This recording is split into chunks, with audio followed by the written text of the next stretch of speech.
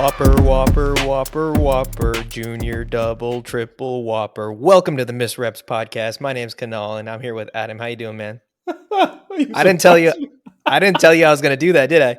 No. I was just waiting for the live reaction. I'm sorry. It's actually a nice little jingle. That was a good one. Man. You know, there's a YouTube video of it playing on 10 hours repeat. I believe anything is playing on 10 hours repeat on YouTube, man. All the time. Anything and everything could be at 10 hours. It's simple, right? Yeah. Oh man, but yeah. Man, it's doing, cold. Dude? It's cold up here in Dallas. We have like rain. It's been raining all day, and it's like close to Well, I say close to freezing, but like 38 degrees Fahrenheit. So it's been a nice and chilly, rainy day, and it's like one of those nice days to look out the window while you're working. But yeah, that's where I'm at. How about you? Yeah, we stole some of your sun. We got some sun up here in the Northwest, but it's still a little chilly. But it's funny because normally we'd be in the 38 degrees with cold with cold rain coming down kind of thing. But it's been a pretty good day. But it's kind of weird. Yeah. We don't have to talk about the Seahawks now. Like, well, we can, but like this is like the first episode where we haven't had to talk about them. So thank you for joining us here at the Misreps Podcast. My name is Kanal and Adam. Follow us on our socials. Oh my gosh. Yeah, that's it. That's it today, everyone. No Seahawks news. But wait, there is Seahawks news. We actually have a really big signing to let you all in on. And it's like it's the man, the myth, and the legend, Jason Meyer. Give it up for Jason Meyer, everyone. Meyer, everybody. That's the kicker for the Seahawks, and he signed to a 4-year, $21.1 million deal with about like $8.6 million of it guaranteed, or 8.7 if you want to round it up. He has some incentives in there, of course, but at the end of the day, I think he's like the second highest paid kicker right now, which is okay because he's been very consistent for us on the field. He's had, you'll see a miss here and there, but more than like 9 times out of 10, he's very reliable. I think to get a field goal or he something surpassed Justin Tucker for like accuracy at one point in the season, and then I think he had a miss or two in the later games. But it's been kind of wild. It's one of those seasons where it's like we talked about it a lot, right? How important special teams have been for this season with how tight these games have been, and how like you should have seen Cowboys fans last week after Brett Maher missed those 4 extra points. They were ready to show up at his house with an axe and just commit bloody murder. Oh my having gosh. that stability for someone that your kicker is more often than not for a lot of teams, I should say, the highest scorer for that team, because you just kick more field goals than you score touchdowns, when it comes down to it. And so, having that locked up is pretty good. I'm not too bothered by the figure. It is what it is. I think if I remember correctly, I think we're down to about like 40 or a high $30 million left for like free agency up ahead. So it's still like we can still get like 1 to 3 signings if they're big signings. But knowing how the Seahawks sign people, which it's kind of irritating. I hate signing like, just throwaway vet players to like the vet minimums and stuff like that. And honestly, we've been doing that for like the past 5 years, and it just hasn't been working out as much as you would think in terms of like the defense, except for Nwosu. That was a good free agency signing. But nothing else that I could see from like last year. But speaking of free agents, the Seahawks have a lot of free agents to worry about. The biggest one, of course, is Geno Smith. There's a lot of stuff going around on like what the Seahawks should do around that. But Pete and John Schneider both have said like we need to pay that man. We just got to get the figures straight and get that to him. So they're going to offer him something. Whether he wants it or not is a whole other question. But I don't know.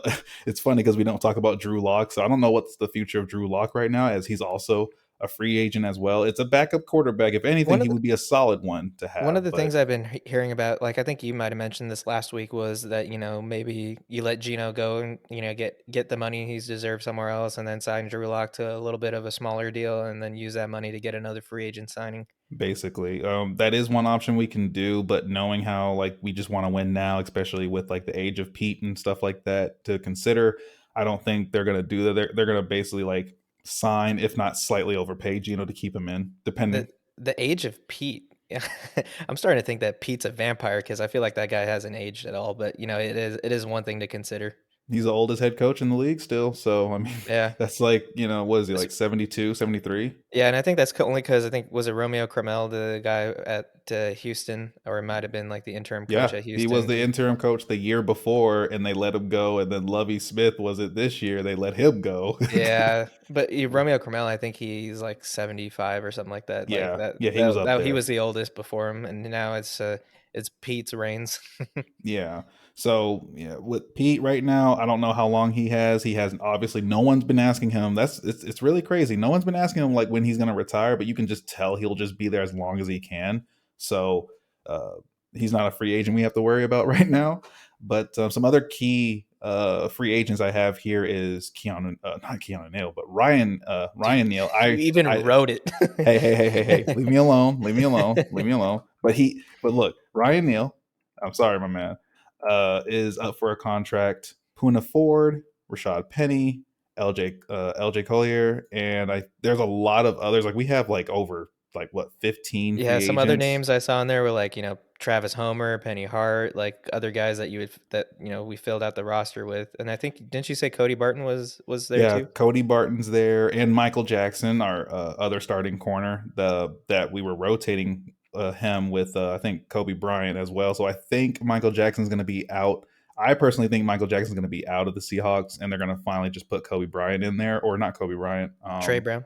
Trey Brown. Yeah, Yeah, uh, we didn't see a lot of Trey Brown towards the end of last season, and I think that kind of just had to do with like injuries and stuff like that. But come this upcoming season, he should be 100%. But if I were the Seahawks, probably draft another cornerback just as cover at least. yeah. We talked about like what situation you would try to draft a corner. Like, there's been some mock drafts where like not the very first pick, but our second first round pick might go to a corner, which Fifth it's round, highly run it back. possible. Fifth round. Let's do it again. But even though I'm just so like it's hard finding the fifth round gems. Like we did it before with Yeah, Russell Wilson and now Tariq Woolen. But I don't know if we can go like back to back. But I hope so. You never know. Like I know we're gonna yeah. at least pick up at least one or two people. I don't know how high Seahawks are gonna do that, but regardless, We got a lot of picks high in the draft, and it's just gonna be exciting to see what happens because there's so many. When usually a lot of teams don't have this, are in this situation where you have like an embarrassment of riches where you can take a lot of things. You're not forced to pick one or the other. You can have both because with that much capital early in the draft, you can really do some fun things. And I think another name I'm seeing is Nick Bellore. If for those of you that don't know who Nick Bellore is, he is a linebacker, but he's like the special teams captain and also kind of like the heart of the Seahawks, especially if you follow their socials. He's definitely has like his own little show and stuff like that. Yeah. But he is 34 years old though, so that's something to really do to really consider. We were paying him a little bit of money compared to some other people. So Yeah, he was our special teams captain for the most part, and he kind of filled in as a fullback every now and then. But it might be one of those things that he might just stick around because he's comfortable and he has a good thing going for him here. But we'll see. ooh, hold up a second. I see Marquise Goodwin and Laquan Treadwell, which like how Goodwin was with Gino Gino, during yeah. this season. Then Laquan Treadwell, the last like what couple games, especially the playoffs, he actually had a little bit more of a role as well. So Hmm. two vets. Goodwin is actually 33 years old, and Treadwell is 28. So I don't know. Do you think we're going to keep any one of them, or we're just going to try to get younger at receiver? I would say probably younger. We got guys like Derek Young as well, and he got some touches, and they might just keep filling in with like filler talent in terms of like, or I should say depth, because obviously DK and Tyler Lockett are our primary targets, but you do need to have that cover. If those guys stay on like a friendly-ish deal, I can see it happening. Laquan Treadwell, I don't see us keeping him because he did come in midway through the season as sort of like a off the waivers type of thing. Hmm. And Hmm. so, but Marquise Goodwin did have a really good relationship with the Gino in terms of like, in terms of how well they played it with each other. And so, if they can make something work for him, I wouldn't mind. Yeah, and I think we're also gonna. And going back to Ryan Neal real quick, I think we're also gonna let him go because we also picked up Jonathan Abrams on waivers from the Raiders That's too. a tough So, one, right? Because yeah, we were talking about this before the podcast, and it sucks because I've been a Ryan Neal stan ever since he started. Because I remember when he played against Dallas, I think hmm, it was like hmm. last season, and he came in off the practice squad, and he was just he reminds you of like the Legion of Boom type of player, which is unheralded, just comes in, works hard, and lays down the hammer whenever he gets the opportunity. And he had like a game-winning interception in that game. And it was funny because there was like a play where I think Dak was doing like a screen pass or like an outlet pass to Hmm. I think Zeke in the flats are one of their receivers, and Ryan Neal had the opportunity to pick it off and take it home, but he let the receiver catch the ball and then just completely annihilated him. Yeah, Having those kind of guys on your team is important, but he's like in terms of PFF like score and stuff like that. I think he's like in the 90s, low 90s, which is like borderline superstar level quality player, and having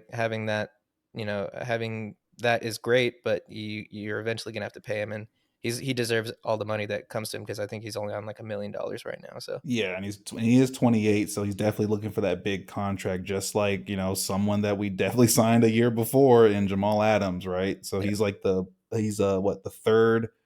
Yeah, he's number three in terms of like highest paid safeties, strong safeties in this case. Um, that's kind of like the elephant in the room, especially after that injury and stuff like that. There has been talks, not with Seahawks, mind you, but like a lot of the Seahawk fandom asking like, is it possible to get out of that contract and stuff like that? But yeah, it's just one of those it's things that tough because we he just got signed an him in the injury. offseason. He Yeah, just got an injury of literally the first like what first quarter in the first drive. we knew immediately when he pulled up, and I think he knew immediately when he pulled up. He was just like, "Fuck." Yeah, Like it it's we all, one of those things, yeah. man. I mean, because like we're hardly alone in this situation. A lot of teams have signed players to big contracts only for them to get injured, like J.C. Jackson for the Chargers, for example. That very true. Oh, I also see Tanner Muse is also up for that's most of our linebackers right there. Yeah. Yeah, we're definitely gonna be looking for a linebacker. I'm not too sure on like what they're gonna do. And then I also see like we have an edge, Daryl Johnson Jr. that I Mm. think we picked up during the season, who is also up for a I contract. So thought we drafted basically, him. did we draft Daryl Johnson? Oh, no, you might be right. I think we picked it up in the middle because we were starting to run low on depth there. Yeah, he's looking at this No, I actually. got him and Darrell Taylor mixed up. My bad. Ah, yeah. So he's yeah. So Johnson he was drafted. Well, let me see his contract. He was with the Panthers first, and I think it was actually no Bills first. He was drafted by the Bills, then he went to the Bills for 2 years, and he went to the Panthers. Then he came to the Seahawks. I think we either got him off of waivers or just I think it was waivers, if not free agency. Yeah, So regardless, I'm a not lot of sure if he showed much, to stay on the team or not. But yeah. yeah, You can break down the quality. You can break down the players that are free agents into two groups, which are or maybe three groups. Your must haves, your get to haves, and then your replaceables, right?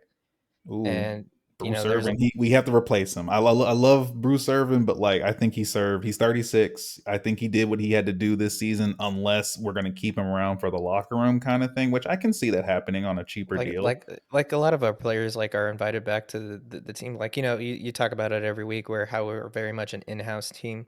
And so, Hmm. a lot of these guys come back and have good relationships with the coaching staff and, earn their badges here, doing their due diligence to get to the higher coaching jobs. They got to Yeah. start off as like positional or, assistants and that kind of thing.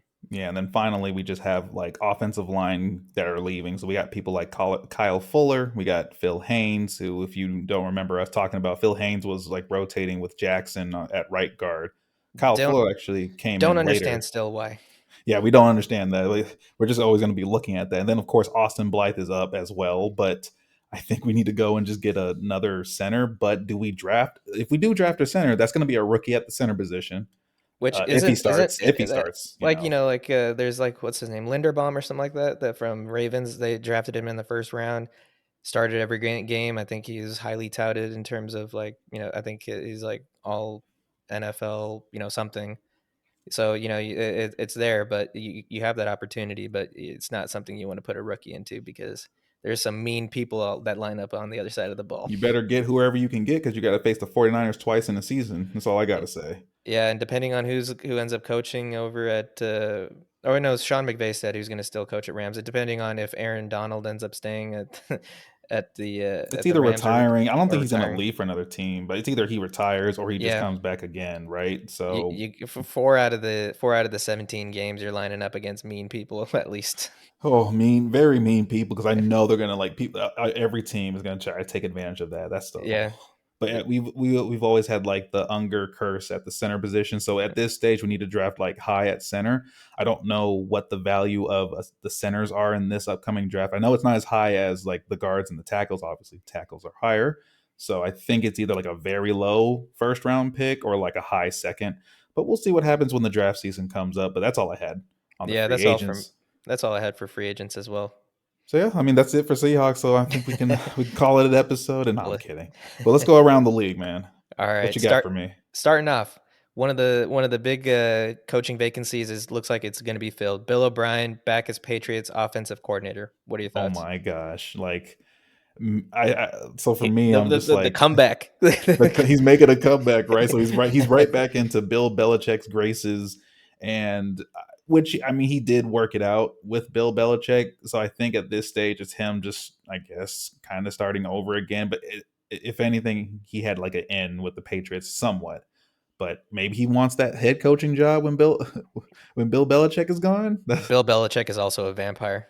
Right. He's like the Darth Vader in the league and stuff like that. I still remember those all the memes and stuff around him for that. Yeah, I But didn't realize it's been so long since Bill O'Brien has been part of the staff, but I forgot about his Penn State stint when he was head coach because was it during his stint that the whole Joe Paterno stuff came out of light, or he was on uh the he was the bounce back after the whole Jerry Sandusky Joe Paterno like fallout. yeah, And so yeah. he last coached on the Patriots in 2011, which is 12 years ago, but it's Well, he was with the he Houston Texans since, right? And that we yeah. all know how that went. Yeah, I thought it went pretty well. Yeah, he gutted the Houston Texans prematurely, and set other teams up basically. So that's like the funniest part of it all. I think part of the reason why he got hired back too is because I think there was a tiny overlap from when he started as coach at Alabama and when Mac Jones was there. That Oh, yeah, that's right. he has some familiarity with him, but I think every Patriots fan is happy because he replaces Joe Judge and Matt Patricia, who are notable non-offensive coordinators who are offensive coordinators. Facts. And I think Bill O'Brien is better as a coordinator than he is as a head coach, which he proved that to be true with at least the not being a head coach part at Houston in the Houston Texans. Great GM though. No, he was just terrible The up and down. worst like GM head coach like hybrid ever. Like he basically tried to do a Bill Belichick. Yeah, One baby last Bill, thing, and then one last thing, like with Alabama, they will be on their sixth offensive coordinator in the past 8 years. Then which is like wild, but like you got to you see it's can't. Alabama. It's Alabama because there's so many NFL like coordinators. Like I think Steve Sarkisian kind of funneled in before he became head coach at Hmm. Texas. He was there. I think was it no? There was one other guy. It wasn't Doug Peterson or Dan Quinn, but there was someone that was sitting in the analyst booth after they got fired um, I'm from not their too NFL sure. job. Hmm. And so Hmm. everybody just seems to funnel it. Alabama. Alabama's now the halfway house for fired NFL coaches, I guess. Oh yeah, that's very true. So, we'll see what happens with that. If at the very least, I feel like the Patriots should at least get back to like their decent offensive ways, if not good, because I mean he was there when Tom Brady was there. So Yeah, hopefully Bob will do okay. yeah, we'll see. Yeah. Next up, we have the this is kind of, I would say, like a big player watch in the case of Aaron Rodgers. He was recently on the Pat McAfee show, and Pat just asked him like how much of that $60 million owed to him in 2023 will factor into him staying at Green Bay, and his only answer was pretty much just that. In the short of it, like the contract will just have to be tweaked for things to work out. Yeah, And I don't know what you a want. You very can take what you non-answer. will. A It's a very very non. non-answer. Yeah. Yeah. Yeah, I think the funny thing was I think Rob Gronkowski had something to say about it too, where he was like, "Who cares about the MVPs? Who?" Oh, that's right. Thank you for reminding me. So Aaron Rodgers, like you said, so like context for that, Aaron Rodgers was saying to Pat, I think not this week, but last week, he said that, you know, trying to win another MVP. He didn't really say, I want to win another Super Bowl, just I want Yeah, to win that's another what it was. MVP. And then, Rob, the Gronk, right? The man himself said, why do you want to win more MVPs? Don't you want to win Super Bowls? And at that point, and I think he responded to it on another podcast, so it was really funny when that happened. I was just like, it was like, ooh, When burn. you say that, you out yourself. What you value more? Yeah, he valued those MVP roles, I guess, to just to stay with Green Bay for the money, I guess. But like, it's not being put together when it comes to like the playoffs every single time he goes. Yeah, I didn't. I try not to follow the Aaron Rodgers saga so much because I just feel like it's just media fodder. That's just Oh clickbait at this man. point. I So mean, his yeah. situation is kind of just bleh for me. But I think I saw someone.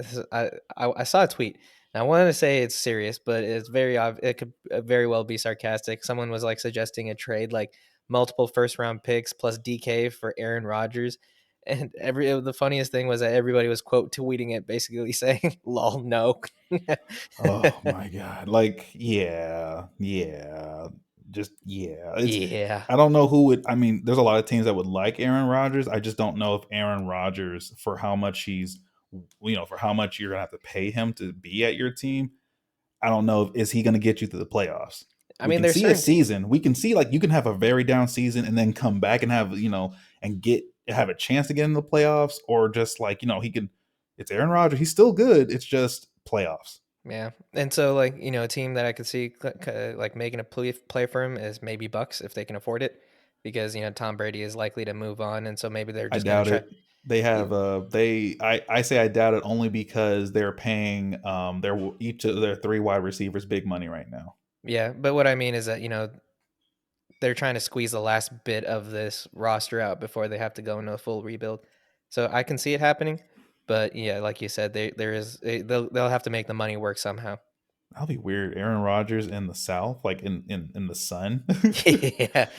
That's he's really actually been really good when playing in the cold and stuff like that. It's just, I mean, it just didn't work You with have like to be if the you play in Green Bay. true, true. But I mean, hey, I don't know what else is going to happen with Aaron Rodgers. It's just a matter of if he's going to come back to Green Bay or is he just going to just retire. That's like the two options I'm seeing. I haven't really seen trades because I don't know if anyone wants to trade for a very like an older quarterback. Like at least Tom Brady, at people at least see value in him over Aaron Rodgers. But hey, Yeah, I mean, I think the resume starts speaking for itself when you start going there. yeah, one Tom Brady has multiple Super Bowl rings. The other guy has multiple Who MVP cares about awards. those? We need MVP awards, man. One MVP is worth like 5 Super Bowls, bud. Right, that he doesn't have. Yeah. But Yeah. I mean, other than that, that's pretty much it. And like any other big player watch right now, but we do have some some coaching updates. Dan Quinn, he is the top candidate for the Broncos, Colts, and the Cardinals. And with the Cardinals, he has an interview this Thursday. So, I can see, Dan. I can see I mean, Micah Parsons, obviously, fantastic player, but I see a lot of the Cowboys' success as a result of Dan Quinn's defensive philosophy, because we've seen it multiple places, across the league. Like when he gets into an organization like the Falcons defense, when he first got there, he got them wrapped up and really rolling. And Oh like yeah. Seahawks, he did that with us too. And now he's just doing it with Cowboys. So he's going to get a head coaching job somewhere. He's already been a head coach, and he's been to a Super Bowl. I see the And Cowboys lost the Super defense Bowl. Let's lost a not. Super. No, he That choked. It was one of the biggest chokes in Super Bowl history. we blame that on Kyle Shanahan though. Right, Kyle Shanahan, not Dan Quinn. But even though Dan Quinn got the boot, I think after that season, I think it was. Yeah, I mean it's hard coming back from that. That's a soul crusher. But yeah, Yeah. I mean the Cowboys defense is going to fall off a cliff, and I'm all here for it. Oh, facts. Me too. I think the only thing else I have on my end for some coaching updates is just Sean Payton is Dan Quinn is going to interview with the Cardinals at some point. Sean Payton's actually meeting with the Cardinals on Thursday. I mixed those up. Um, so I don't like Sean Payton going to the Cardinals. Like I'm hating. I don't know why people are still trying to come to NFC West. I don't know what the allure is now. You need to go to the AFC West or something like that. But that's a thing. And also Brian Flores had an interview already with the Cardinals. So I mean, hey, So Cardinals are in full swing. They look like they're ready. They're trying to get this, settled well before the draft, just so that they can have some sort of like stability and get the entire scouting room like probably in shape, facts, which is facts. good for the organization.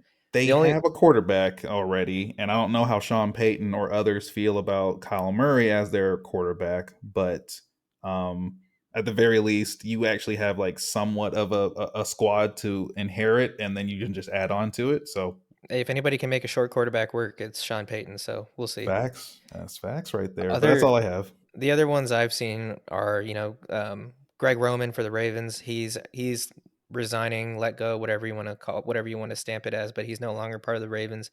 which is big news because they're also in a situation where they're trying to retain Lamar Jackson or sign Lamar Jackson to a long term They contract. have no choice but to sign that man. Yeah, and so what this might be a bargaining chip for the Ravens organization to keep Lamar in the sense that here's the contract and you'll get a say in who your offensive coordinator is, so that you can run the style of offense you want to run. Which Hmm. could be it'd be pretty cool to see if Lamar Jackson bring in a guy that works with him really well. I mean, yeah. The only thing is just they just need to pay Lamar Jackson already, and I know a lot Get of people are. they need to get that out of the way, man. Right?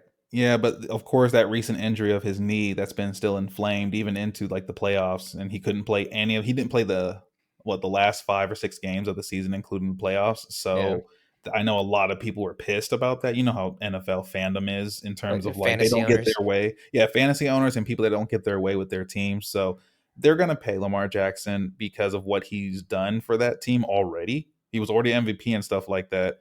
Um, they just need to pay this man. They're just not used to paying big quarterback money because the last time they even had that was Joe Flacco, and that was years That ago. did not end well for them And that either. didn't, yeah, right. And I know why they're very hesitant on that too. So, yeah, we'll see what happens with that going forward. And I just hope I hope he gets paid because if you're really going to let Lamar Jackson go, that's very stupid, and you're going to just basically be in a rebuild.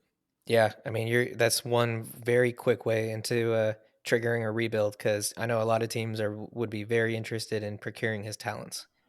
Facts. Other Anything else? other names I had, one thing to keep in mind is D'Amico Ryans is getting a lot of love around the league right now, and he should be because the 49ers defense is probably the best defense still left in the playoffs. My And brother in so arms. yeah, and so he's probably going to be he's going to get a lot of calls come the offseason. Obviously the 49ers are staying focused on their postseason run right now. Other names from Seahawks, Sean Desai is getting a lot of calls too. He was Hmm. turned down for Browns, but Vikings and Dolphins have called for their vacancy, so that's a name to keep an eye on. He's a popular guy around the Seahawks organization, gets attributed with a lot of, or gets credited with the turnaround of our secondary that was pretty damn awful last year. And so he's on the short list for a lot of teams, so that's one to keep an eye on as well. But that's all I had. Alrighty. Another something else that so this is like the last one I got for you. So this is like an update on the Ed Reed situation, right? So for those that don't know, again, Bethune Cookman, Ed Reed, Hoffer, played for Ravens among other teams out there. He was up to be the head coach of for Bethune Cookman HBCU in Florida, and some things happened, like allegedly was told that like the university made the football team pick up the trash across the campus. That was one issue that popped up. It wasn't just, so again, like for context, it wasn't him complaining about, oh, I have to clean up trash on campus. He don't care about that. He cares about those kids and actually like and all those young men and the people on that team. Because if you've actually seen like some recent videos out there, that man was brought to tears. Even on some interviews on TV and stuff. And Deion Sanders himself even came in and was just like, "Hey, man, I got a plan. You know, everything happens for a reason, but like we know you love those kids, and I know you love those kids." He said it himself. Like he has Deion Sanders back. But what really came about after that? So after the Ed Reed was fired, or really the university basically just said, "Yeah, we're not going to give you that contract. I know you've been here for like the past few weeks or so and done stuff with the team, but we're after all of that, you were cussing at us and all that stuff. We're just going to take that back. We're not going to let you be the head coach." A lot of students actually came out and started protesting. It wasn't just the Ed Reed situation though. That was a part of it. There was other stuff. It's a lot of campus conditions and things of that nature, which Ed Reed opened, like he basically just opened the lid on, essentially. So some of the stuff they're dealing with is mold and mildew, and you can actually see a lot of pictures of like people's their rooms and dorms filled with mold all over their stuff, their equipment. Not even just the football players, but the actual students too. So you can actually see all of this online. It's out there for you, and even the football players were on I think a local news channel or something like that saying that Ed Reed has done a lot for us in the past like 3 weeks and the university has done for us in years. Yeah, So that shows you a lot that what Ed Reed was about to do and bring that change. And if anything, he at least opened the lid. Like he said, like Dion said, everything happens for a reason, and he opened the lid on Bethune Cookman. So we may not hear the last of this Ed Reed situation with Bethune Cookman, but I think it's just a screwed up situation all around. But issues were brought to light. I think yeah, you look at the conditions that people are posting about and you just kind of feel alarmed like how is this actually even an institution because it looks like it should fail every sort of health inspection whatsoever. But I Yeah, think the most man. alarming thing for me was like how quick everyone was to turn on Ed Reed for when all this stuff came out, and I think the media engine was really fast to turn on him, and that probably yeah, that's probably the most alarming thing for me. You know, Yeah. without any given facts, it just it seemed like everybody was really quick to paint the Ed Reed is crazy or high maintenance or blah blah blah kind of thing without actually It's really just because he's black. Like, if it was a white coach doing this at some university, this wouldn't even have made news like that. Let's be honest here. yeah. And you know, it's part of like it's part of the narrative that it's part of the narrative that sells clicks, you know, big name player becomes coach and then storms off kind of thing like It's all it him, right? It's all him yeah. complaining, and he didn't get what he wanted. Because if anything, how are you gonna, even if you Dude, some of start a those pictures job? were disgusting. Oh, you saw the pictures, right? Yeah. Yeah, They're like it look like borderline mushrooms growing on these walls. Like I could just yeah. imagine Gordon Ramsay walking in there just saying, "Throw it all out. It's all rotten." Yeah. Yeah, basically. I mean, at the end of the day, HBCUs don't get a lot of rep in general for like what they can do, and this is just something that like needs to be improved and fixed upon. There has been stuff, not just with Bethune-Cookman, but like with some other HBCUs out there, and I really love my HBCUs. Just got to get it together because like stuff like this is messy. This didn't even have to go about this way. This could have been all done behind the scenes, especially if Ed Reed had any complaints about the campus itself, talk with the AD and stuff. But that's just a bad look on Bethune Cookman in this one, in my opinion. Yeah, I think I'm with you on that one. Yeah. So anywho, let's get into like the good stuff that happened over the weekend. Let's get into those wild card round games, shall All we? right. Yeah, So let's give him a little love because we ain't got that many games to talk about this week. right. I'm gonna kind of let you lead, like, because I know you have like a lot of stuff on this one, but I'm just gonna help, just bounce off of this because I didn't get to see most of these games. I had some family over the weekend, but hey, Hey, I got family to see, first. yeah, family first. But I actually did see part of this first game, which is Jaguars at Chiefs, and the Chiefs won it 27-20. I guess for me, real quick, was I just saw it was a very tight game. I know the Chiefs kind of broke ahead a little bit, but um, nothing extraordinary happened here for me, except for like the injury to Mahomes on his ankle. That was wild. As well as like the sportscasters' love for Mahomes compared to like Trevor Lawrence or any other quarterback out there. And then just finally, I mean, hey, future is just bright for the Jags going forward. Duval, I mean, hey, Duval. Duval. Hey, look, you had Doug Peterson out there. That was like an exciting first year, especially what you all went through last year. So let's just say that your future is bright. That's all I have to say. Just like the Lions and us. Yeah, I mean, you got nothing but hope to look forward to. But Yeah. for me, I mean, I think the start things off with this game, I think the big thing that everybody kind of took away from it was, Patrick Mahomes gotten that pretty bad ankle injury or looked pretty bad. You have a very large human roll up on you like that. And he left late in the first quarter, I believe, or maybe early second, and Hmm. Saturday in the game, and had to be replaced by Chad Henne. You know, he finished out his drive, and then Chad Henne came in for him, which was great because Chad Henne came in and led a 98-yard touchdown drive, and to the point where like fans are even chanting his name, which is always good to see. You love wholesome fandom. I saw this and I was just like, oh, come on, Jags D. Like, you're better than this, man. Like, when I Yeah, saw that drive too, and I was just like, oh, come on. Like, it's like, because they were like, Jags were like I said, it was a tight game for a good second. Though, of course, the Jags kind of came up and made the score look like it is right now. But man, the defense, if they can just get like maybe a couple more pieces on that defense, man, I think they have it yeah. I personally. mean, if it's any indication, like going to play in Kansas City is really hard. But overall, this game was fairly balanced, as like the score indicates. I mean, they were almost identical in terms of passing and rushing yards.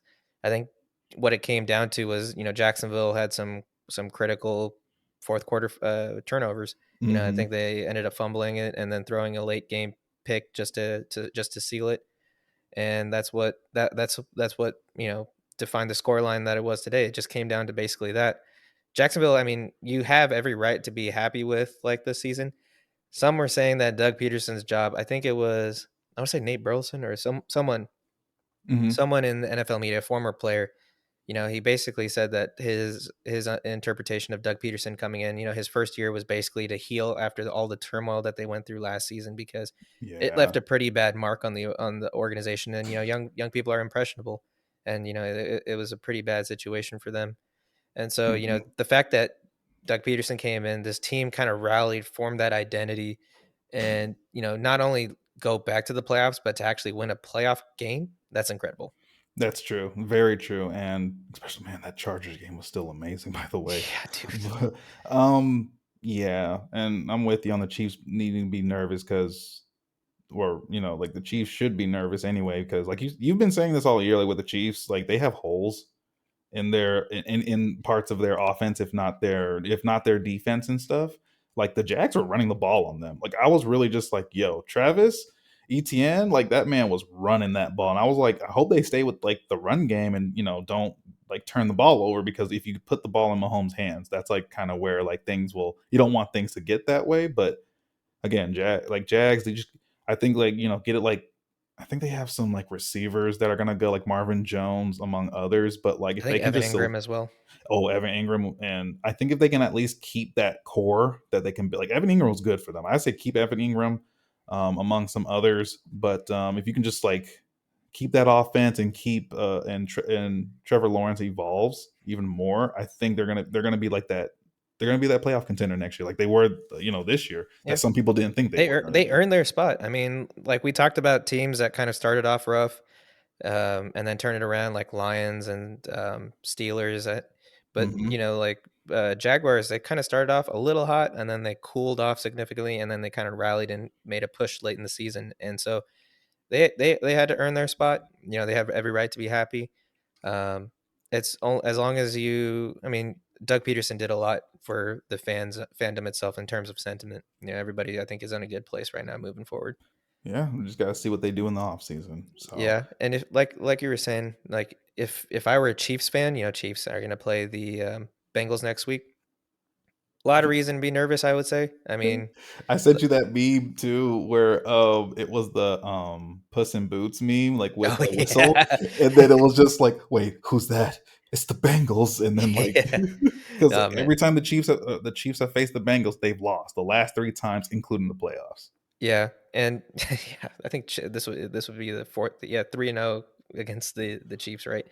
But I mean, a lot of I think I've been harping on this a lot this season, is that like a lot of the gaps that are in that Chiefs organization are covered up by the sheer brilliance of the Mahomes to Kelsey connection. Like it's one of it's gonna, if you can make a connection, and if you can throw a quarterback and receiver relationship into the Hall of Fame, and be right up there with like Peyton and Marvin Harrison, right? Oh yeah. And so the fact that that connection was on that team covered up a lot of cracks. The fact that they didn't really have any stable receivers throughout the season. They went out and they got a lot of people to come in and try to replace Tyreek Hill. They brought in Juju, they brought in Marquez Valdez-Scantling, and they traded for Kadarius Toney, and didn't seem like anybody was able to fill those shoes at all. And on defense, they never been a defensively like elite unit. I would say they've been very Hmm. good at best, In the but middle, this I year, would say. yeah, especially this year, they've been very middle of the pack. So, come next week when they play the Bengals, if I mean Patrick Mahomes, he's going to play next week. Obviously, he's going to play next week. He played through worse when he was in the Super Bowl against the Bucks. But if he's hobbled and the Bengals defense can give him a hard time, then I think the cards are stacked against them on this one. Oh yeah, for sure. And at the end of the day, I even seen like an update from Andy Reid saying like he's been doing good on, Mahomes has been doing good on his like rehab and stuff like that. So it's really just a big roll of an ankle. I don't know if it was like an actual like high ankle sprain, Because but those are bad. Like yeah, high ankle sprain. That's like you're limited. Like we've seen it with Garoppolo. What happened like when you have a high ankle sprain as a QB, you're Mac not going to be Jones. running that much. Yeah, Mac Jones too this season. Oof. Yeah, So yeah, we'll see. I can't wait for that one. I'm definitely going to watch that game from start to finish. yeah, for sure. Yeah, the next one was kind of a bit of like a snooze button, especially if you were watching this. But hey, Giants at Eagles, NFC East, stand up because you had three of your you had at least three of your teams in the playoffs. At the very least, you got to respect that because like everyone was saying NFC least, the like the worst and all that stuff. But here comes the Eagles, and it was 38-7, and we were both right on that one. And I mean, oh man, it wasn't much of a game to watch. I think I was actually keeping up with the score rather than watching it. And I was just like, oof, I would I mean, just turn it off right now. I was watching it with my cousin. My cousin's an Eagles fan, and so we were watching it, and the game was basically over after the first quarter. And you can't say that. I mean, they were up 14-0 at the end of the first quarter, 28-0 at the half. So obviously, it's going to be a hard thing to come back from, but not impossible, as the Jags showed. But Right. it's very difficult. But it was you could tell from like the quality of possessions from each team. Like Giants looked frazzled from the get go. It looked like they were struggling to get anything together. Eagles didn't have to do anything super flashy. Like Jalen Hurts only had about 150 yards and 2 touchdowns while running for 34 and another touchdown. A kind of a tame day for him. Hmm. AJ Brown, only had 22 yards receiving. Devontae Smith, 61 with a tud. All Philly's normal weapons. They really didn't blow up the stat sheet. And you're telling me that they won 38-7? If you're playing Right. them, that's something to be scared of.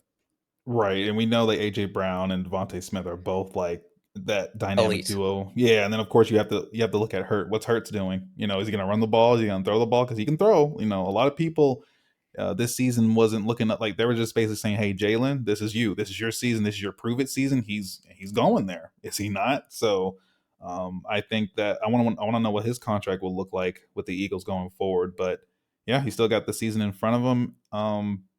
For the Giants, again, this is kind of like with the Jags. You are on the right path because the last time you were in the playoffs, I believe, was 2016 when they were facing the Packers. I believe, I think it was either the not the NFC Championship. I think it was maybe, but regardless, it's been 2016, and your quarterback, Danny Dimes himself. His past 3 seasons with the team has been, oh my gosh, just terrible. Like I think like their total win count for the past 3 seasons before this season was like what 14 or 15 games total.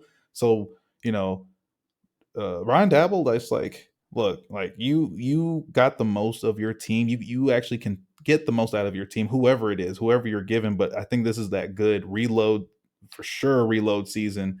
Um, some key free agencies for Giants is Saquon Barkley and Daniel Jones himself. So like, who are you keeping? Are you keeping both? You pay them both because I don't know. Daniel Jones is not going to get that much money as a quarterback. It's going to be high, because quarterback money is high in general, but maybe top 15, kind of like similar to what like we were talking about the Did Geno did I contract at share you most. did I share with you the reel about, or maybe you shared it with me about how like NFL quarterbacks that are out of the playoffs and how I think Kirk Cousins was one of them. And he's like, and some guy was impersonating him, and he was like, I hate how how every other quarterback is related to me or uh, described relative to me. And like I think they were like saying like fast Kirk Cousins, young Kirk Cousins, like that kind of I did thing. And not. I think you need to send me that one because I did not send that because that would yeah, be a good I one. think the one that gave Daniel Jones was fast Kirk Cousins because I think that's what he's got some legs on him, but in terms of his passing ability and stuff like that, he's very reminiscent of Kirk Cousins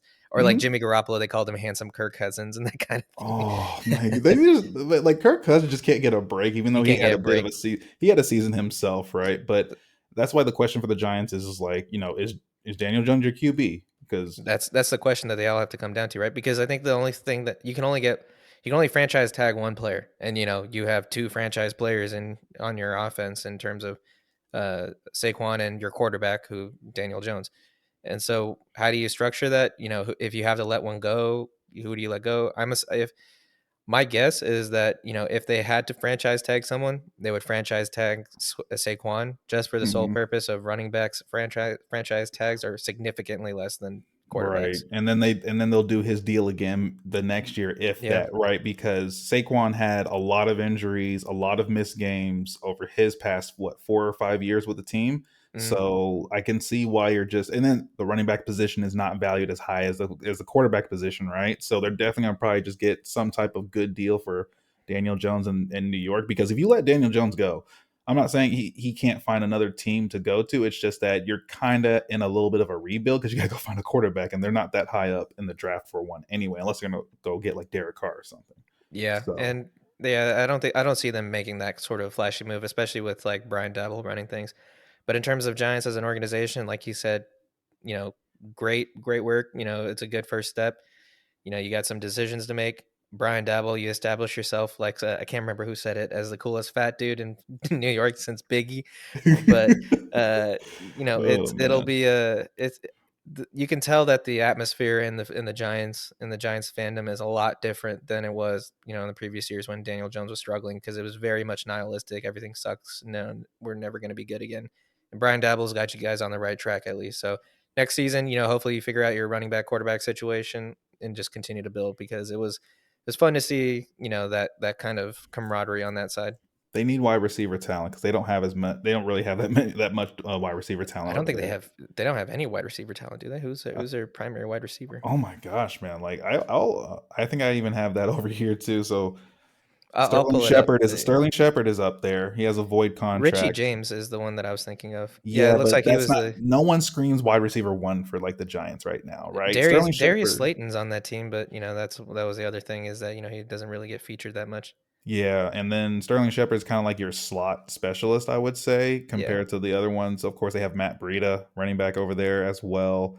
I don't I don't know. Landon Collins is up. He's 29 years old. Is he going to get a contract or not?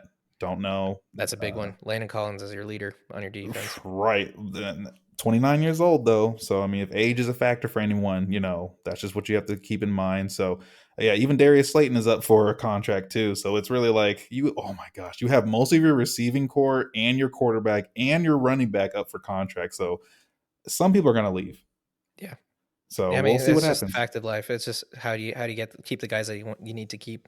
Yeah, Jalen Smith, from I believe from the Cowboys. Cowboys. Yeah. Yeah, he's up for a contract too. So, yeah, it's going to be interesting to see how they handle their offseason, who they retain and who they let go for, I guess, extra money for free agency. Yeah, for So, sure. I got one fun fact for you. You It love wouldn't the be an fun episode facts. of the Misreps podcast if it didn't have an Adam fun fact.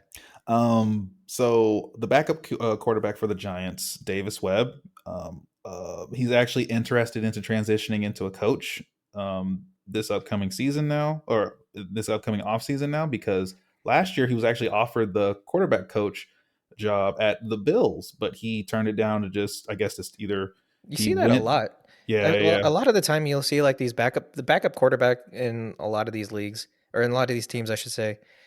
It usually has like that hybrid player coach type of role when it comes to because you're the hope is that you never have to play your backup quarterback. Like you have Chad Henne like hmm for the Chiefs, but that person is also he's like having a second pair of eyes got the as well clipboard as out, yeah. the thing in his ear and everything. It They, just looks like a coach yeah. in pads basically.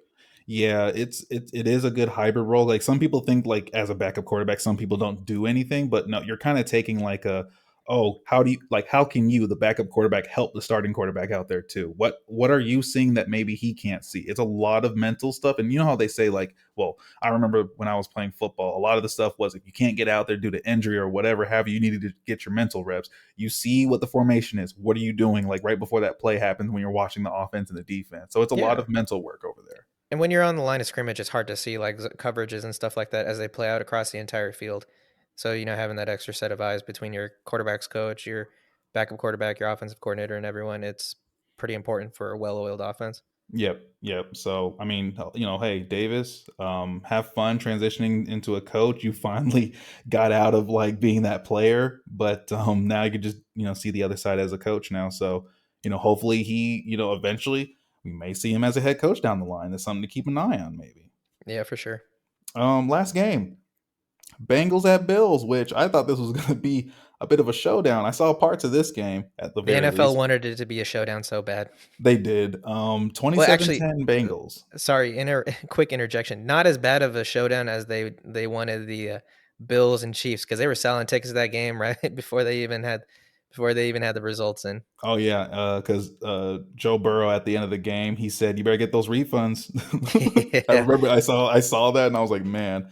And some of the other stuff I saw was just like, "How are you going to beat? You can't beat Joe Burrow right there. Look how he's warming up." And like they had the yeah. all white unis on and stuff like that. And I saw a lot of tweets saying like, "You can't even see him on the field because it's snowing in Buffalo and all that type of stuff." So Mhm. Joe Burr, you the man.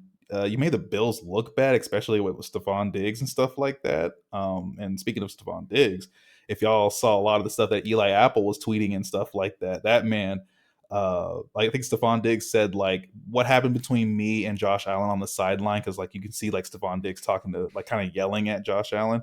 Mhm. You know, that was whatever, it was this and that. Yeah, he's like everyone's looking at the reaction, not the action and stuff like that. And then Eli Apple says Cancun in 3, and he had like the he literally had that heart, like the Oh heart man, symbol that's and stuff like trolling. that. Yeah. It was and a lot of people want Eli Apple to be silent, which honestly, after what that man's been through in the past, like what 3 or 4 years alone, like he's been on 2 other franchises that hated him because of his play. I think it was the Saints and, if Giants not, at least. yeah, Saints and Giants.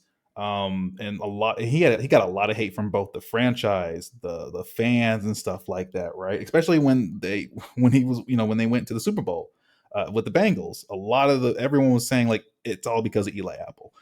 That's why he lost that Super Bowl and stuff. So you know what? He has the right to talk, especially after that game and stuff like that. Especially with all the hate he's gotten over the years. And finally, Joe Mixon and Samaje are a good combo. And shout out to Samaje Perine.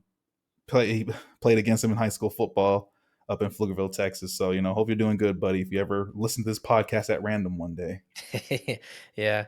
This game was pretty wild. I mean, I should say pretty wild in how one-sided it was. I mean, it was never in doubt for me because like I like you've been listening to me stand over the Bengals ever since like November, October. Oh man, you've been like Bengals, Bengals, Bengals, the Bengals, Adam, the Bengals. Yeah, and so but the funny thing is now that the season is done for the Bills. It's funny how all NFL analysts and like personalities are coming out and acting like they didn't simp over the Bills the entire fucking season Oh my because it was gosh. the most like it, the Bills in many ways were similar to the Chiefs in that they had a lot of good that covered up the bad, and some of the good was that Josh Allen and Stephon Diggs connection is absolutely elite. Some of Hmm. the bad though is they didn't have any semblance of a run game whatsoever. I mean, I think Devin Singletary or Cook had like a couple of good games here and there, but nothing consistent. And the fact that like when Von Miller got hurt and your Yeah. defense just completely fell off a cliff, that's usually a bad indicator. Obviously, you had other guys that got hurt earlier on, Damar and Hamlin was like the late season, injury that they had, right? That's the reason why you kind of see a lot of like support behind the Bills in their playoff run. But that's kind of where the other part of like the NFL like favoring in a sense like the Bills to go ahead is because of that one thing too. yeah, and if you're a conspiracy theorist, you know how the NFL tries to rig matchups and stuff like that. There was All the no rig in this. time. There was no way. There was no way that you can tilt this one in the Bills' favor because it was that one-sided. But Josh Allen is the focal point of that team, and given that he was hobbled and the Bengals haven't lost since October, we kind of knew how this one would end. Yeah. In terms of like stat wise though, like Joe Burrow 242, 2 tuds, Josh Allen 265 and a pick. It wasn't anything like super flashy. Like, we've seen stat lines where Joe Burrow will throw for like 400 plus yards and have like 3 picks or something like that. But Hmm. this was one of those games where it's playoff football. You just do what you got to do to win. And Joe Mixon had a day, 105 yards on the ground, and compare that to the Bills who had 37 non Josh Allen rushing yards, and Josh Allen himself had 26 and a tud. You know, and Yeah. on the defensive side of things, it wasn't much going on either. It was just a grinded out football game. I think a lot of the defenses have cooled off a little bit in the playoffs. I think that's the trend I've seen, especially when the playoffs started, was like a lot of these defenses are not defensing like they were in the And season. But defensing. yeah, it's the end of the season. It's cold depending on where you're playing at, but also because It like was everyone's snowing. bodies are worn out too. You can only do so much, but everyone's pushing. That's Don't get me wrong. that's why that So first round bye is so damn important. very, although you do not get paid for it. Yeah, and the like both team defenses only had 1 sack, and Bengals themselves, at least on defense, they had 8 passes defended, which is kind of what like a lot for a lot of teams. And so I think For that kind the of made the Bills difference in team the who game. go through Josh Allen and Yeah, Stephon Diggs, then if you're talking about like all those pass defenses, I did see some of those highlights, and I was just like, oof, yeah, you can't if you can't even make like you can't even get to Stephon Diggs as you would want, or any of your other receivers, that's kind of troubling. yeah, and so the question is, Bill season is over. How do you regroup in the off season for them? They're just reloading Cancun on heavy. 3. Cancun on 3. um, it's I think one thing they need to do is go find some more receiver talent. Because they had Cole Beasley out there and stuff like that, but like you have Josh Allen, Stephon Diggs, but oh, you have Greg Davis too. Like Greg Davis is like the other. This is the wide receiver two over there that you can get behind. I guess you need to find that third receiver for the team right now, and I think they're gonna move on to Cook as their running back. So I forgot his first name. Was it Josh? I think it was Zach or Zane or No, no, it's not Zach. Either way, last name's basically the other Cook of Dalvin. Dalvin Cook's Yeah, brother. Dalvin You Cook's said, right? younger brother. Yeah, so he's over there at the Bills. They put him in the game. I saw him get some more reps. I think they're going to transition over to him. James Cook. James Cook. Yeah, I knew it was somewhere with the J, but yeah, definitely not Josh. What am I thinking? But that's one thing you have to do for the offense. There's not much else. I think they have a good O line over there. Hopefully, they can retain. I haven't really seen.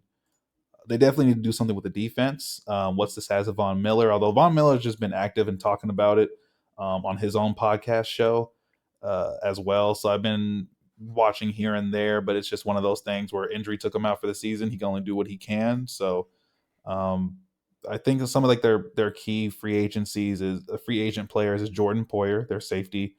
I'm seeing Tremaine Edmonds, their linebacker, who's 25. So I think that's a big contract, basically. That I believe they drafted him, so that's a big contract they're going to give right there. Don't see anybody else unless like I see some offensive linemen. I see Shaq Lawson, their edge, but he's 29. He was on like a little bit of a contract. So I don't, and Devin Singletary, which I think they're going to let go for again James Cook. So not too sure of. There's no other big names on there, but they just need to reload. It's just basically a Yeah. reload and try again. That's all you can do. One of the headlines that came out of this game too, when in terms of like people covering up the cracks on the Bills, was that Bills have invested a lot in their defense, Mm-hmm. and they have very good players, but they've spent some very high draft capital and haven't been able to get that elite type of player to the point where Von Miller goes down, the entire defense doesn't tank, right? And I Mm-hmm. think that's one thing to be concerned about. I mean, if you just keep stacking the room, eventually you're going to hit. So I can see them continuing to build that part out, especially come draft time. I think one thing I saw on the meme side of things was that like the NFL actually changed the rules for you just because of what happened last year with the Bills and Chiefs, and now you just got knocked out. Come on now. Yeah. Oh man, 'cause that I saw that and I was just like, oh, that sucks. That Yeah, really that does was suck. we didn't get a round two on that one. Right. And the only thing else I have to say is just Joe Burr. He's the Joe man. Shiesty. Joe Seisty, Joe Burr, like he's the man right now. So hopefully, we see him go far back into the Super Bowl and hopefully they can actually win it. Yeah, they're my team, so that I'm picking going through. So we'll see. Yeah. Yep. So last game was Cowboys at 49ers, 19-12 49ers. And we were both right in this one. Thank God, because I don't want to hear any more. Because I was even going to the stores and stuff, and I'm in Dallas. So, of course, you Yeah, know what you're going to hear when you go anywhere. I'm even talking to the mailman at my apartment. Same thing, just Cowboys yeah, all the way, right? So, all I have to say is noise 49ers, but now I just need the 49ers to lose. yeah. And so like this game wasn't like as flashy as like any of the other games or in terms of scoring or anything like that. It was a low scoring affair. The difference came down to which quarterback made fewer mistakes, and Brock Purdy got that by a mile, I think. Hmm. Yeah. Y- There's also some big injuries that happen in this game too to some players that are actually on their contract year. So, but if anything, like you said, it was a defensive affair. And then I just want to at least talk about the tail end of the game where what the hell was the Cowboys running at the final play of the game? Yeah, I don't know. Got Zeke blown up at center, Dude, he got and blown you up. threw the ball for 10 yards when you need like 80. And I think he threw to CD, and it was like he was like completely annihilated. Oh, it was just so bad. It was the stupidest play known to man. Like by design, it was the stupidest play. I, Even the head coach McCarthy was just like, "Yeah, no, that play was actually in our game plan for like when we're trying to win." I'm like, I didn't see any winning football right there. I yeah, just saw like I don't know, you gave up. You it didn't looked throw like it downfield. looked like the play from a while back. I think it was.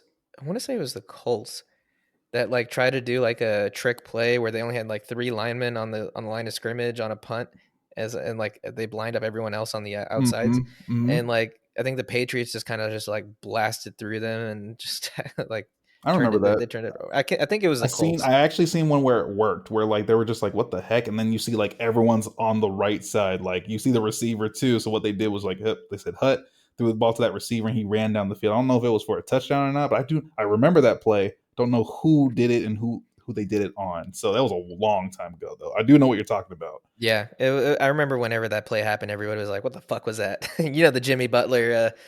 Butler meme. What the fuck was Oh. that? But some notable injury, like one notable injury that came out of this game was Tony Pollard broke his leg, and I think he might have sprained torn a ligament as well. Oh, And that's so, bad. you know, you know, we joke about Cowboys fans and stuff like that, but real Cowboys fans that, you know, watch the team week in, week out, you know, they know how important Tony Pollard is to that team. If a lot of them will say that Tony Pollard is their best running back, and you know Yeah. when he got hurt, that the Cowboys running game just kind of ended with him, you know, leaving the field. Yeah. It's Tony Pollard's contract year, so don't know what's gonna happen to him now.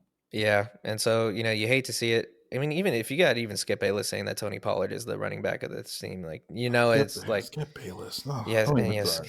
Skip, Skip. But Skip.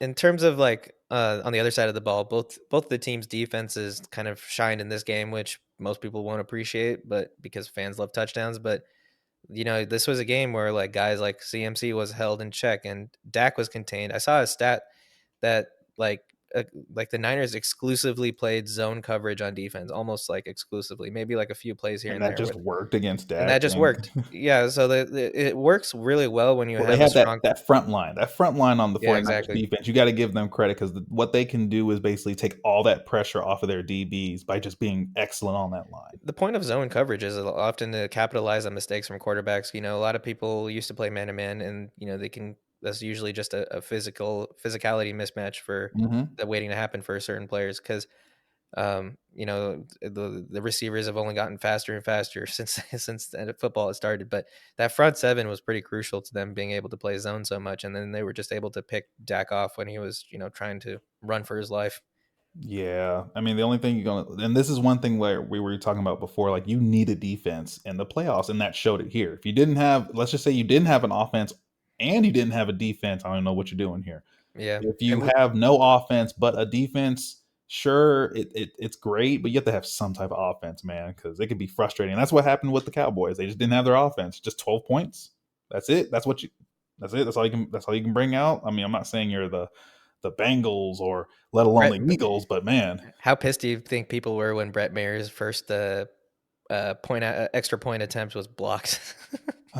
it's just I think they're I don't know. I think they're just gonna, it's Jerry Jones's world, right? So I think Yeah, he's just gonna let a lot of people go, and we'll see what happens. yeah, and you know we talked about this a little bit earlier too. This defense, Micah Parsons, obviously extremely elite talent, stuff like Yeah. that. You can't take away anything from these players, but Cowboys defense is inevitably going to regress a little bit once Dan Quinn gets a head coaching job somewhere else. And Right. so, you know, we'll see how that hashes out because you know the Quinn effect. You know, he turned Seahawks defense into what it is, turns Falcons defense into what it was, and now he did that with the Cowboys. You know, he does good things for defenses wherever he goes, and Hmm. so you know wherever he goes from here, you know that team will probably excel immediately, if not within the first couple of years.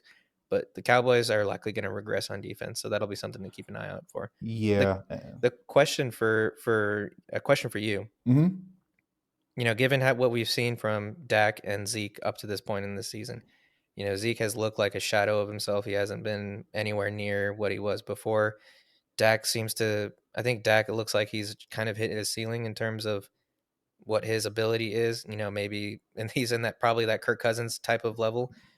What do you do if you're if you're Jerry Jones and Jerry World? What do If you do I'm with these Jerry two players? Jones, or what should the Cowboys do in general? All right, yeah, you would hope that if you're Cowboys fans that those are the two same things. But let's say what should the Cowboys organization do?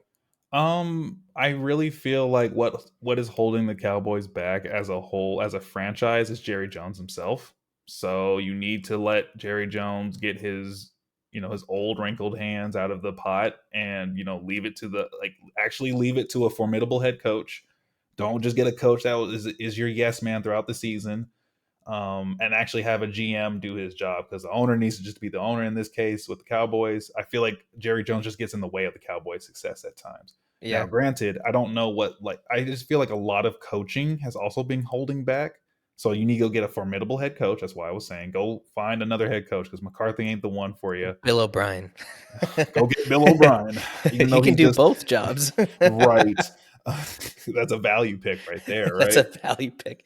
um, I'll give Jerry Jones one thing. He did do Dak right after Dak broke his leg on a contract year. He yeah. did give him that deal, and Dak has had You ample had a lot of fans opportunities. though up in arms or split on the Dax contract, right? Because people were like, I It, haven't seen. I even talked to my own family and other friends, and even I even talked to my own barber. It was just like, yeah, Dak is just.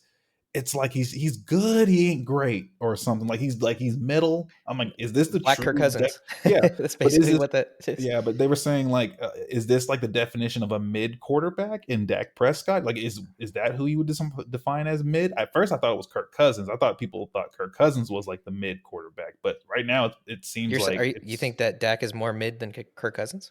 I don't know because like you see, I mean, if you look at the successes of both of those teams over the past some years, it's like they get a lot of wins, a lot of accolades on the offensive side of things, but something happens, some mess up or something, or something stupid, like in the case of like I don't know, the calls and stuff like that. I don't know, man. I feel like the Cowboys are like getting in their own head. I feel like Jerry Jones is holding them back and getting in the way. That's just my opinion.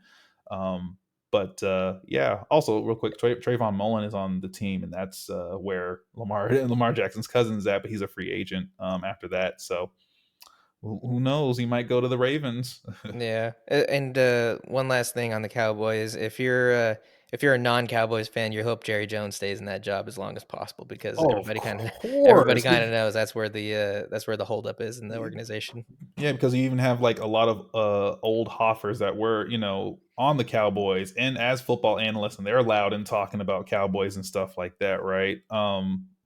Michael Irvin and others, right? So um, it's every year. It's we're on to the play, like it's playoffs, Super Bowl, and I'm just like, y'all are just the most head ass, the most like in your head like franchise I've ever seen. Some people say like other teams are annoying. Cowboys fans are annoying, bro. Like and the Cowboys fans I'm talking about, not like all the fans. There's actual realistic fans. They're just not all in Dallas. There was something I saw which was like Jalen Hurts was born, played, learned how to play football, throw a football, squat 600 pounds, made it to a conference championship game before the Cowboys did, which is Yep. it's pretty wild. Look, again, like I said, I feel like the Cowboys are getting in their own way. They have a bit of an offseason in front of them. They're like losing a lot of depth, if not a lot of like starters and stuff like that. So like Leighton Vander Esch is gonna go. Jason Which, Peters is out. if you watch the Cowboys, Leighton Vander Esch is probably one of the most important players on that defense. Like you can look at stats day in and day out that when Hmm. Leighton Vander Esch is on the field versus when he's off the field, the team the team gives up a lot more without him on the field. And so if they can't retain him, good luck. Yeah, and then like I think they're also losing Donovan Wilson, who was their like 83%. He played about 83% of the snaps at safety for them. You got Connor McGovern, a right guard for them that played 76% of the snaps. And their O line is in a flux too. They used to have the best O line. Obviously, they're kind of coming back to earth now because again, like you said about like what to do with Zeke. Zeke, unfortunately, he's like It's a second contract curse with the running backs. That's why a lot of people are hesitant about the Saquon Barkley thing. Not personally, but a lot yeah. of time when a running back gets their second contract, irrespective of who they are personally, they don't typically pan out as much. Yeah, because running back is running back, right? They just devalue the position. Dalton Schultz, tight end for them, is That's an important one. also that's an important one. Then Anthony Brown, who played over 60% of the snaps at corner, is up too. So it's up in the air of what they're gonna do. But I don't know, man. Like that's just their offseason. They got to figure some things out and what they want to do and what they want to be. That's all I got to say on that one. So Yeah, here's to hoping they don't figure it out. facts. So You, we gotta talk about these conference round games, my friend. yeah, we only got two picks, so would like to toot my own horn. I was 4 for 4 last week. I think that was the You first got time. it. You got That it. was You the got first it. time when I got 100. But the conference round games next weekend, we got a couple good ones. We got 49ers at Eagles, number one, number two seed. Who do you got? Eagles because I want the Yeah, 49ers to win, but I want Jalen Hurts to get it though. yeah. Brock Purdy, that is a great story to have over there. Mr. Irrelevant coming onto the team and leading them into the playoffs, but I want Jalen Hurts to kind of have his time personally. Yeah, me too. I think that organization has just done so many right things and done so like it just seems like they were such a well-run team that you want them to win. They just stacked everywhere. Yep, So I and got we're the Eagles both as well. yeah, we're both picking Eagles on that one. And the other one we got Bengals at Chiefs. You know where my vote is. Okay, for me, it's also the Bengals as well because I kind of they need to come like just like how I did with the Bills, Bengals too. They were in the Super Bowl with the Rams, and they had that. It was like a lot of people said they could just hold out a little bit longer. They could have got that final touchdown they needed with Jamar Chase, but yeah, I'm picking Bengals over the Chiefs, and also because the Bengals have beat the Chiefs like the last 3 or 4 times. Yeah. So I mean, like I'm just going by history, so we know that I'm definitely gonna watch that one. These are really two good games to watch, though, for sure. I'm definitely gonna watch both. Oh yeah, for sure. But I think that's we only have two games next week. We're almost at the end of the season, man. So any last thoughts from you before we sign off? Well, one, I don't think I actually updated everyone on the fantasy side of things. It's been a God. while. I got to, so I actually won both championships in both of my leagues. Where are you So taking me? We going on? You taking me to dinner, right? no dinner for you, my friend. No, Yeah, no, you you know how didn't much I help. You eat. didn't help me out, man, with Hey, I'm my therapy. lineups. Therapy, that's true. But yeah, it was. I think the only issue that happened was the Damar Hamlin like situation that actually affected like a championship for one of them, and then it also affected a game before the championship in the other. So it was just there was some like compensation stuff done, and like, hey, let's do this and that. But at the end of the day, I could at least say I won two fantasy championships for what it's worth, you know. Uh, and I love that. Finally, also, I wanted to say Eagles and Jags. I wanted at first, I wanted the Eagles and the Jags to go to the Super Bowl, but in this case, Eagles and Bengals. Let's go. Eagles versus Bengals. Let's do it. Let's ride. Let's ride. That's Let's ride. Let's crawl. I don't know. And then finally, finally, can it just be draft day already? Or can it you be want to play off Madden. season? You want to play Madden fantasy draft so bad. Maybe, just maybe. Well, actually, I'm also trying to see if Madden will come on Game Pass if in February after the Super Bowl. That's also why I just Mm, haven't personally bought it. Also, they have a lot of issues over there, so that's another thing. So that's a different that's a podcast. whole. Though I could actually have a whole episode dedicated to that, but for the sake of time and everyone's not having to hear me complain about a video game, that's it for me. Yeah, and for me, it's Cowboy. We talked a lot about the Cowboys already, but for me, I just want to say have fun with y'all's off season because I know Jerry Jones can't wait to come into that organization, that office, and just hand out pink slips to everybody he hates. And here at the Misreps podcast, we love Cowboys chaos. So Oh yeah, I get a front seat to it, so I might even just go and just be like, front seat. Look at the action hey, happening. don't say that because if Jerry Jones knows people would pay for it, he would start selling tickets.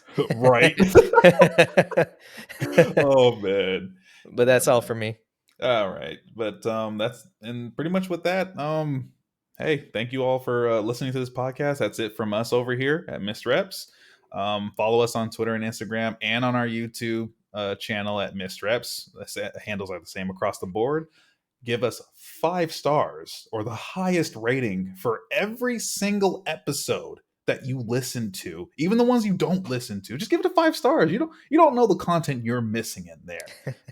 But other than that, we hope to see you again next week. Peace.